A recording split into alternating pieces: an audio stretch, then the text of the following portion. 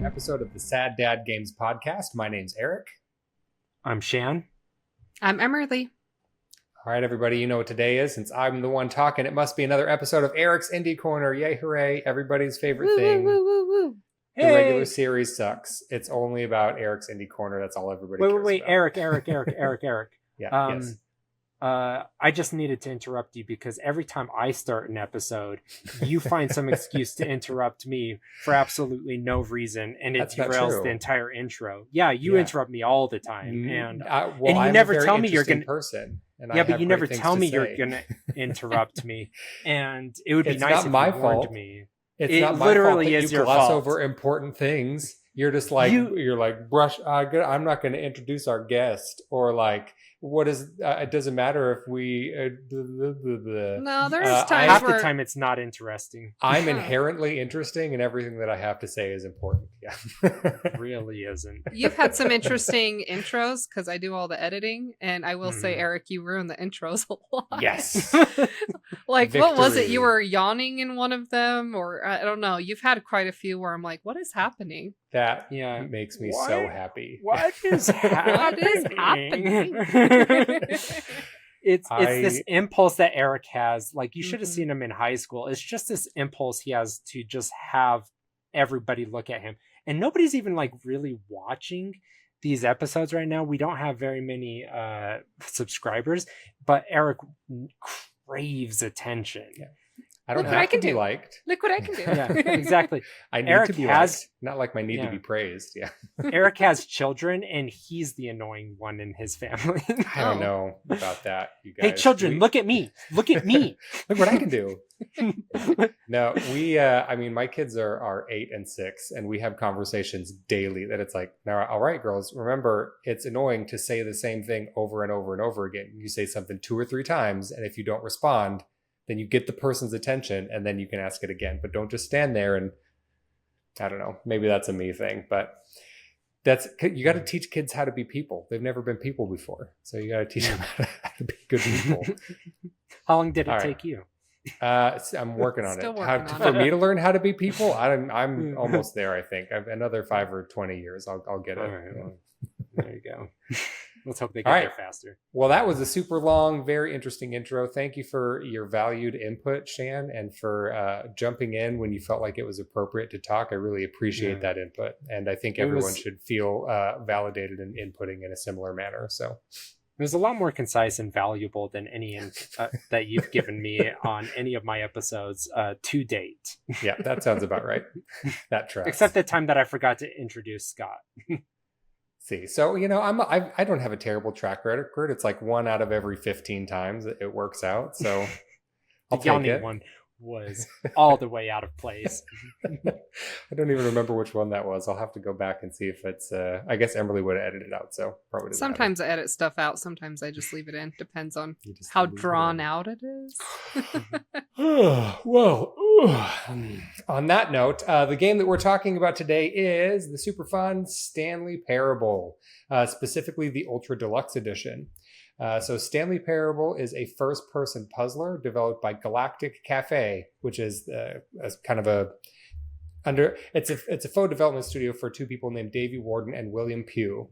And it originally released in October 17th of 2013, and then the Ultra Deluxe version released almost a decade later in 2022, which is a crazy amount of time. And fun fact, this game originally started as when it released very early, it kind of halfway released in 2011 as a free mod for Half-Life 2.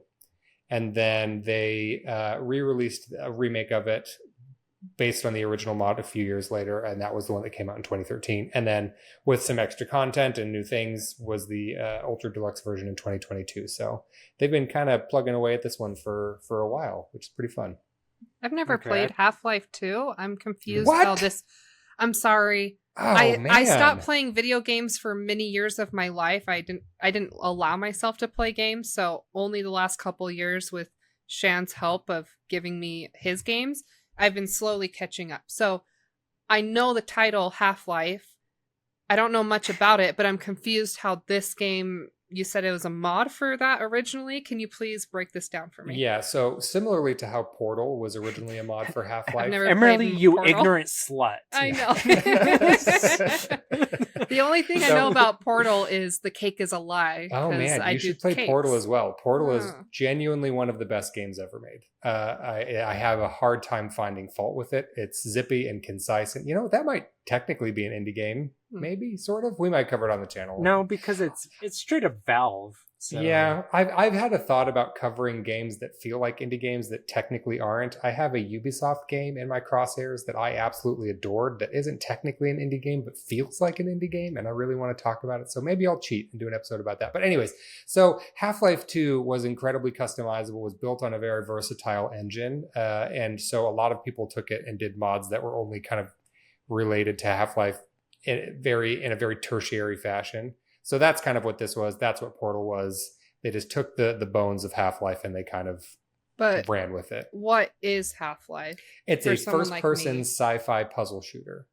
I'm confused. I just watched a trailer for this game we're talking about, and I'm confused what this has to do with that. It doesn't have anything to do with Half-Life. It was just based off the bones of Half-Life. Yeah. Half-Life is like the advent of narrative in video games, as we understand it. It completely revolutionized how narrative could be approached in video games and pushed it into the next generation. Yeah. And it came out in like late 90s, early 2000s. It came out quite a while ago, and it still holds up very, very well today. I played it just a few years ago, and aside from the graphics, which are still remarkably good, it holds up pretty well. It's a very well-designed game that feels much more modern than it is.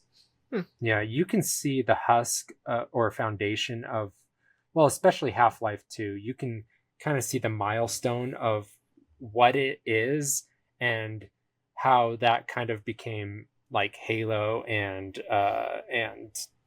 what am I thinking? Modern Resident Evil. Yeah. You can see how they all kind of slingshotted off of each other to give us what video games are today. The Crisis games, very much like Half-Life 2. Yeah. Okay. He looks like Walter White mixed with... he's Gordon Freeman. He's 1,000 times cooler than sorry, Walter White. But he looks like Walter White mixed with Gruber, Alan Rickman from... someone with hair. Yeah. Die Hard. Looks like a mix between the two. Yeah, I can see that. So I won't judge you too harshly for not playing Half-Life, but you should definitely add it to your list. It's an excellent game. So here's the thing: we weren't a PC family. No, not Same. in like the politically correct way, but just like in the personal computer way. Yeah, yeah. So we didn't have access to all of those like Doom and all of the original stuff. So now that I have a Steam Deck. That's how I played through that game, and Emerlie now has control of my Steam Deck, so you can play through. Yeah, play Half-Life 2. Half-Life 2. It's on really there. Great game. Okay, well that's we're in a console family because there's 5 of us, and so we were forced to, and we didn't have very much money, so we mostly just had to get consoles that we could all share. And so, PC games, handheld games didn't really exist for us.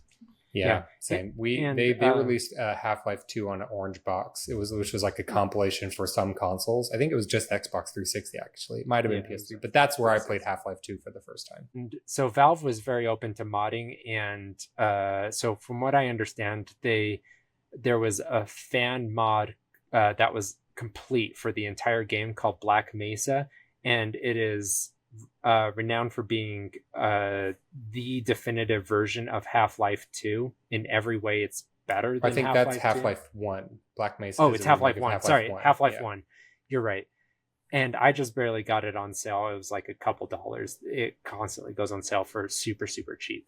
So Half-Life 1, it is still beautiful. It is fantastic, and it's the one that I played. But by modern standards, it's got some really rough controls and some rough graphics and stuff. So I just barely got Black Mesa. So if you boot up the Steam Deck, be sure to play Black Mesa and then just the traditional Half-Life 2. Then you'll have the best experience. Now here's your chance to gasp at me. I've never played Half-Life 1. I went straight to 2 because I just didn't ever have access to it. So, oi, oi, oi, it's on my oi. list. Oi, oi, oi. Eric, you ignorant slut. We're all ignorant sluts today. Yeah. Well, anyways, it's hard for me to not gush about Half-Life 2, but we'll get back to the Stanley Parable. So this helps me to like understand. Yes, to contextualize a little bit, kind of where it came from. Yeah. So Stanley Parable, or I guess as you guys know, I like to break things down: story, gameplay, and then visuals and sound. It helps, kind of me to organize my thoughts about what I think about these games. So we're going to talk a little bit about the story of Stanley Parable, which I feel like is really the meat and potatoes of this game. So the story is pretty simple. You are Stanley. You work for a large corporation, and it's Stanley's job to monitor a computer screen and press buttons accordingly. That's his whole job. He works for a giant corporation. That's his whole job. And then one day he shows up to work. His computer screen is blank, and all of his coworkers are gone. Mystery ensues. So Stanley gets up from his desk and embarks on an adventure throughout his office space to try to figure out what's going on. And there is a silky voiced man narrating everything that you do. So it's got a lovely voice. He has a lovely voice, perfect for narrating something like this. It's just the right level of like British snarky and kind of like melodic smoothness. So very, very good narrator voice. Big fan. And I wrote it down. I was going to talk about it in the visuals and sound section, but Kevin Brighting is the narrator for this game. He does a great job. So one of the things I like about the gameplay of this game is the narrator adapts in real time based on what you're doing. So if you take certain actions, the narrator will change what he's saying to correspond with what you're doing. And so just the amount of voice lines that they must have had to record for this would have been staggering, because every time you do something, the narrator has something to say about it. And even at the very, very beginning, you get to like a fork in the road, and it's like, there's two doors, one on the left, one on the right. And the narrator goes, and Stanley walked through the door on his left. And then if you walk through the door on the right, he starts to comment about how Stanley is bad at like taking instructions and, and so there's this comedic air to things. You can try to follow what the narrator is saying, or you can try to forge your own path. And it makes this really interesting meta narrative about what's going on and why the narrator is here and what does he have to play in this and what is Stanley doing, where are all of his coworkers, what is this corporation. It's this very big, weird, lightly oppressive atmosphere that I found really interesting and really engaging. Yeah, I was immediately recalcitrant, and I went through the right door. I was always doing the opposite. I think that's what probably every single person does that plays this game. I was ashamed of not being able to find some of the most abusive ways to ignore the narrator from the get-go, because there are some you can be extremely stubborn and just completely break away from what he asks you to do or tells you to do, really, because the narrator, he doesn't ask, he tells. Very entertaining to just completely defy what he's saying. Yeah. And it's really just an exploration of your own creativity, how far you can stray away. And so there's the obvious 180, but then there are just some ways that you can just, instead of the 180, you can do a 270 or something like that and just completely go off the wall. And then the variables start to compound and it goes nuts. Yeah. Having this narrator kind of reminds me of Stranger Than Fiction. I just Googled to see if they're one inspired the other, but I can't get a definitive answer. I can't say so. Yeah, it does have some kind of shades of that because there is this narrator, but there's also, I don't know if there's ever an indication that Stanley is able to hear the narrator. I can't remember. It's been a minute since I played it, but there is a clear you are relationship Stanley. between Stanley and the narrator. Yes. Is this So I guess it's a first person perspective. You're playing the game as Stanley. So I guess it's implied that you can, as the player, can hear the narrator, and that as the player you are projecting yourself onto Stanley. So I suppose that makes sense. No, I think this is second person narrative, right? Second person narrative, the story is told directly to the reader using the pronoun you. Oh, okay. Yes. No. Yes. That makes sense. So well, I guess he is saying Stanley, but it's technically you. So I don't know. This is a little confusing. I don't know what this qualifies as. second and a half person. Sure. Somewhere in between second 2.5. and third person. Yeah, 2.5 person. Yeah. There are people who talk about how this is very similar to Stranger Than Fiction, like on Reddit and stuff. So yeah, there's I'm definitely not the similarities. first person to make that connection, but there's no definitive answer on if one inspired the other. But I find that very interesting. Yeah, definite similarities for sure. And I mean, I was thinking about it while I played as well. Yeah, it's hard to talk too much about the story because the story is what you're here for. Like the gameplay is pretty simple. The story is really why you play Stanley Parable, is to see kind of what's going on and what you can get the narrator to say and what you can get Stanley to do. And so I don't want to talk about it too much because I really think it's so much more enjoyable to just kind of do it yourself and figure it out yourself. But I do like how the story ties into the gameplay. Gameplay is very, very simple. It's mostly just like you can move and there's a button to interact. Like you can push a button to interact with buttons and switches and just other things in Stanley's, purview or whatever. But that's kind of it. It's pretty much a walking simulator as far as like controls and gameplay go. It's really, the gameplay is trying to see what the situations you can put Stanley in and what you can get the narrator to do and interact with. And so one thing that I liked is that the game consists of multiple runs, I guess you could call them. There's lots and lots of different endings, but you go from start to finish and you do something with Stanley. For example, if you follow all of the narrator's instructions, you get to an ending and the game ends, and then you can start right back up again and you're back in the office, and then you can make different choices and find a different ending. So just going through the game one time is not how the game is meant to be played. It's very, very short, probably 30, 45 minutes maybe to just go through one time. But really what you want to do is you're going through over and over again to see the different ways that you can go, the different things you can do, what kind of crazy scenarios the narrator might put you in or that you might put the narrator in. And it's this really interesting, complex web of dialogue and circumstances. And the dialogue is all very sharp and witty and very funny. And so that in and of itself is a reward to like see kind of what's going on. It gave me definite Portal vibes as far as the writing was going and the omnipresent narrator, which was very entertaining for me. So gameplay and story weave together really well. Even though the gameplay is very simple, it does a good job of supporting the story, which is what's most important about Stanley Parable. So when you said like you can play it through again and maybe should, definitely should. Yeah, you have to almost. You have to. You can't just do it one time. Well, because it only takes you like 30 minutes to get through the game one time to find an ending. There's dozens of endings. Okay, that's what I was going to ask. Are there different endings? The point is to never stop, right? Yeah. Because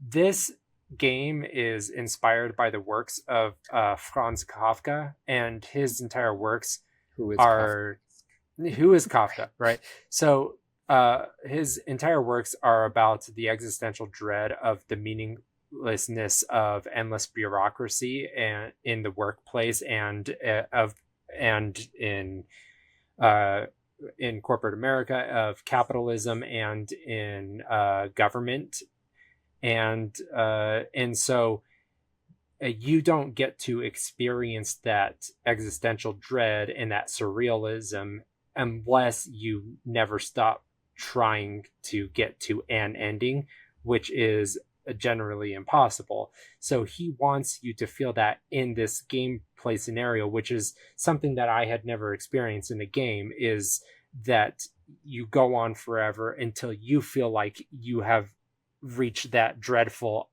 meaninglessness, until you find that you have felt that bottomlessness and you want to end.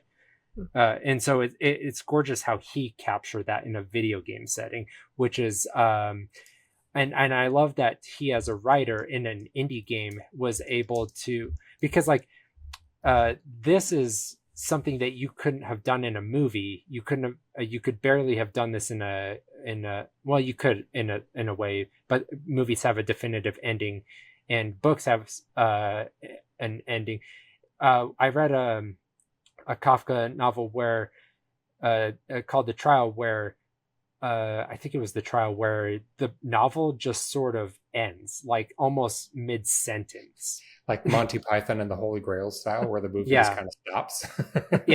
Which is the terminology for that, I think, is called like anti-plot, where like there is no real ending. It just sort of ends, and it's supposed to just sort of like, I don't know, be a punch in the sack, really.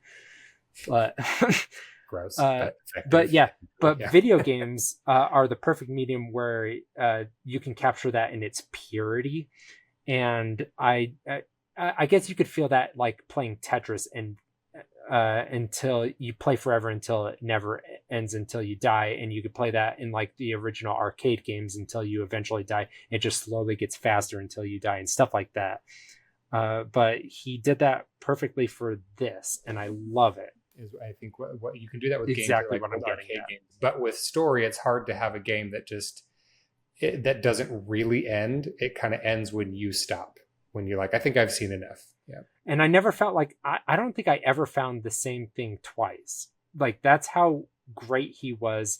Like, I played for several hours, and they found so many ways to challenge new variables and constantly be plotting new ideas. And it was very creative, and they've recorded so many lines. And did you get to any of the Ultra Deluxe content? Did you do any of that? I did, yeah. I really enjoyed a lot of that. So again, no spoilers, but they added a bunch of stuff with the Ultra Deluxe content where you can acquire a certain item that takes a lot of endings, and you can take similar paths with this item, and then it alters those paths in interesting ways. So even then, it's like something that you feel like you've already experienced and you think is familiar, and then all of a sudden it's not. And so they did a really good job by kind of flipping that on its head by adding even more onto something that you felt like was familiar. And then they add this one little wrinkle, and it takes that level of comfort away where you're like, oh yeah, I've seen this ending before. And then all of a sudden it's like, what is happening? So very interesting narrative game with a lot of really weird twists and turns. I found it incredibly satisfying to just kind of poke around and experience it. Mm-hmm. I want to clarify. I just remembered The Trial does have a definitive ending, but it's like meaningless and dreadful. Whereas it's The Castle that it just ends almost mid-sentence. And you're like, well, great. Bureaucracy sucks. This is awful. This does remind me of Goosebumps, Choose Your Own Story. Oh, yeah. It's kind of like Choose Your Own Story a little bit. Yeah, you could like start the book over if you want to, or as a kid, I'm sure we all did this, where it's like, fingers in the book. Yeah, you have all these fingers in the book, and you I want to go back. I made the wrong choice. Exactly. You're like, oh no, I'm dead. Oh no, I got attacked by something, and so you're like trying to remember like where to go back, and you're like, okay, hopefully this gives me a different ending. So you want to see if you can go on as long as humanly possible. Exactly. Get the longest version of the story. Yeah, but sometimes you have to go back like multiple pages, and so trying to track all that, so that's what this reminds me of. You were saying that this it's hard to do that in movie or book form, but you do have Goosebumps, and then you also had Bandersnatch. I don't know if you ever did Black Mirror's Bandersnatch, where you choose your own ending, but that one was a little bit harder. I think you had to like kind of completely start over. Yes, Netflix just barely deprecated that forever. Yes, they did. Which sucks. But funny that you should mention That's Black right. Mirror. They did a couple choose your own shows on Netflix, didn't they? Yeah, I forgot about that. That's Unbreakable Kimmy Netflix just barely deprecated those shows forever, and so those shows are unfindable now. But yeah, Black Mirror, since you mentioned it, and this game, Stanley Parable. I don't remember which episode of Black Mirror, but the new show Severance, which is my favorite scripted show of this year. And I guess it was released a few years ago, but this season especially. The Stanley Parable was the direct inspiration for Severance. And I know that there was also an episode of the Black Mirror that they also used as leverage for inspiration for Severance. So Black Mirror, an episode, and this game, which as soon as you boot up the Stanley Parable, you're like, okay, this is literally the opening sequence to Severance, the intro sequence where you're seeing Marx in his cubicle typing away. It's exactly the same thing. But Eric, you have no idea, but I haven't started Severance yet. Well, as everyone who listens regularly, which is everybody ever, they know that I got my tonsils out recently, and I was planning on watching Severance, but then the pain meds I was on made me sleepy and weird, and so I decided not a great show to watch while I was feeling sleepy and weird, and so I put it on the back burner again. So bummer deal. But how great is it that this random indie game became the inspiration for the greatest drama TV show of this year, but also in many years. This is probably my favorite drama since Breaking Bad, honestly.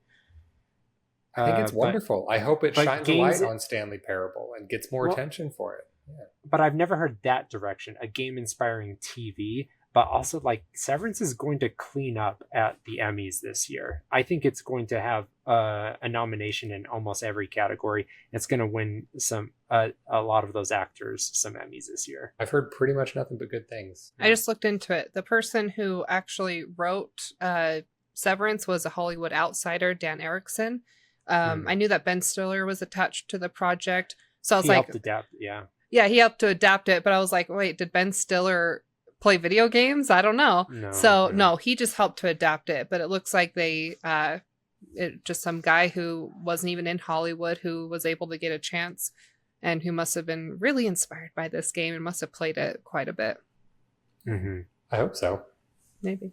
Too many parables. Too many parallels for that to not be the case. Parables.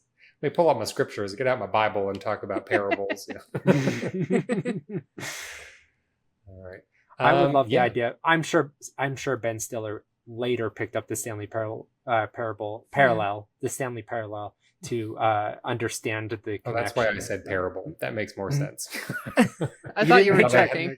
I had a tongue twister and I was like, must be biblical. Like, it's the only place where parables come from. Yeah.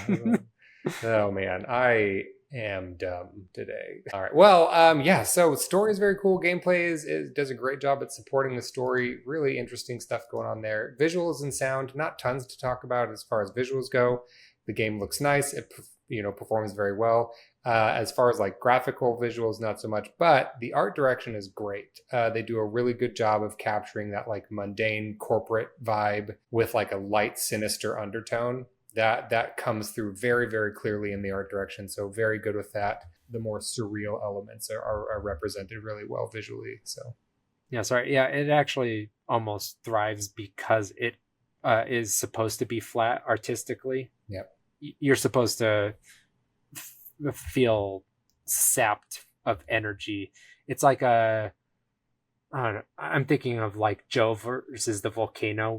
Have any of you watched it? Mm-hmm. It's been a really long time. Really long time.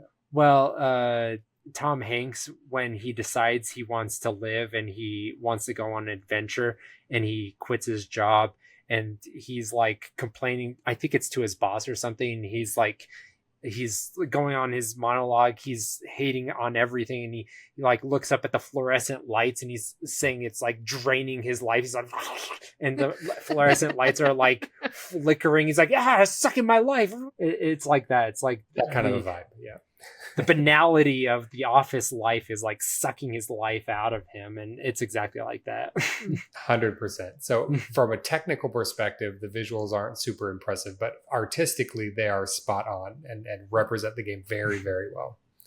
Yeah. And then sound, we already talked about. There's not a lot of music, but what's there, again, supports the story and works really well. But it's really the sound where it shines is, of course, through the narrator. Again, Kevin Brighting is fantastic. I could listen to him talk all day long. He does a perfect job of being light and inviting, but also being, again, slightly having like some sinister vibes, just a little bit, just enough to make you be like, what's really going on here? So really great job with that. Very, very big fan of that. So as previously mentioned, several years later came out with the Ultra Deluxe expansion, which adds a ton of new endings, some new items, a whole extra area that you can kind of go off and explore. That does a good job of celebrating the Stanley Parable as a game and as the community surrounding it. Some really fun meta narrative going on there, specifically with the Ultra Deluxe content. Very fun. Yeah, it felt like more of, to your point, a celebration of the original, but it didn't feel like it added to the added gameplay that was as original and fun as the original game. Like, it didn't feel like it added that. It didn't add on to the larger story very much. It didn't feel like it added the gameplay loop that I loved from the original in a meaningful way. Yeah, it is kind of structured differently than the rest of it. The Ultra Deluxe, the main meat of it is more of a linear experience with some deviations here and there. But once you finish that, then you can come back and you receive an item that lets you experience the base game in new ways again. So yeah, that part was worth it. So big fan of that. And I had written down here to ask about if you had a favorite ending, but I don't think I want to do that because I think we shouldn't talk about it. Just let people experience it. So yeah, play the game, experience for yourself. Pretty cool stuff. All right. So playtime for this game is you get about, depending on when you want to stop, you can get between probably 2 to 10-ish hours out of it. Available platforms. The original version was only available on Windows, Mac OS, and Linux. But then the Ultra Deluxe version came to pretty much everything. You can get it on Switch, PS4, PS5, Xbox One, Xbox Series consoles, Windows, Mac OS, Linux, and iOS. So pretty much anywhere. And it goes for $24.99, which is a smidge steep, but when you consider the amount of voice acting and like story involved, I feel like it's a pretty fair price. But it also does go on sale here and there, and so you might be able to snag it for cheap. But good stuff, worth the money for sure. Any last thoughts about Stanley Parable before we close it out? Can't think of anything. This definitely put me in the headspace to want to watch Mike Judge's Office Space. Yeah, it's been a while. Yeah. And somehow, after doing this for it hasn't been a full year, and quoting The Office in every single pod that we've ever done, we somehow didn't do it in the Stanley Parable, where the entire game takes place in an office. I did one, but I don't. What was it? I said, oh shoot, I did one earlier. Maybe I didn't, but maybe you did. Okay. Yeah, maybe I didn't. But that'd be hilarious if this is the only one where we didn't. Throw in a quote. Just do it. There'd be no way of knowing. I'm going to need you to come in on Saturday. No, there'd be no way of knowing. That was an Office quote. I did it right at the end there. Oh, okay. There you go. When Creed is like, I made love with a lot of people, often outdoors, in the mud and the rain. A man might have slipped in there. Men and women. There'd be no way of knowing. All right, everybody, that's going to do it for us. Remember, you can find us wherever you find podcasts, Apple Podcasts, Spotify, YouTube, and you can check us out on Instagram as well. Be sure to listen every Thursday for our regular episodes. I did it backwards again. Every Monday for our regular episodes, Thursday for Eric's Indie Corner. Thanks for hanging out with us today. Bye, y'all. Bye. Outro. Bleepity-doof, bleepity, bloopity, blow.